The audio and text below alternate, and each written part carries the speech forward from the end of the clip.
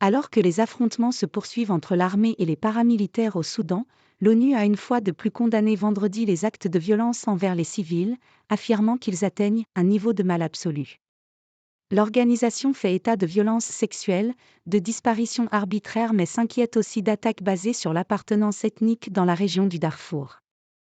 Après 7 mois de guerre et la récente intensification des combats entre l'armée et les paramilitaires, les violences au Soudan frôlent le mal absolu, a alerté vendredi 10 novembre une responsable de l'ONU, s'inquiétant notamment d'attaques basées sur l'appartenance ethnique au Darfour. Nous n'arrêtons pas de dire que la situation est horrible et sinistre. Mais franchement, nous sommes à court de mots pour décrire les horreurs qui se produisent au Soudan, a déclaré lors d'une conférence de presse Clémentine Nkweta Salami, coordinatrice humanitaire de l'ONU dans le pays. Nous continuons de recevoir des informations incessantes et effroyables concernant des violences sexuelles ou basées sur le genre, des disparitions forcées, des détentions arbitraires et de graves violations des droits humains et des droits des enfants. Ce qui se passe frôle le mal absolu, a-t-elle jugé, évoquant des enfants pris dans les tirs croisés ou des petites filles violées devant leur mère. Elle s'est également inquiétée d'informations troublantes sur l'escalade de la violence et des attaques contre les civils, y compris des violences qui semblent être basées sur l'appartenance ethnique, au Darfour. Interrogée sur les risques de répétition du génocide du début des années 2000 dans cette région de l'ouest du Soudan, elle s'est dit très inquiète. Nous continuons d'espérer de ne pas nous retrouver sur la même voie. Il y a 20 ans, le monde était choqué par les terribles atrocités et violations des droits humains au Darfour. Nous craignons qu'une dynamique similaire ne se développe, a déclaré de son côté le haut-commissaire de l'ONU pour les réfugiés, Filippo Grandi, dans un communiqué. La fin immédiate des combats et le respect inconditionnel de la population civile par toutes les parties sont essentiels pour éviter une nouvelle catastrophe, a-t-il ajouté. Plus de 6 millions de déplacés.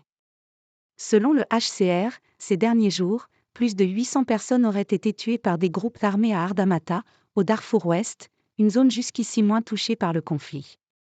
Ardamata abritait également un camp de déplacés, où près de 100 abris ont été rasés, selon le HCR. Par ailleurs, de nombreux pillages, notamment des articles de secours de l'organisation, ont eu lieu dans la région.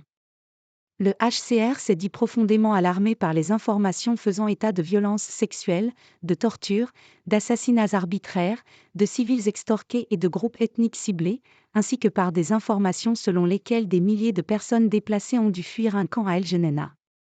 L'organisation se prépare à un nouvel afflux de réfugiés au Tchad.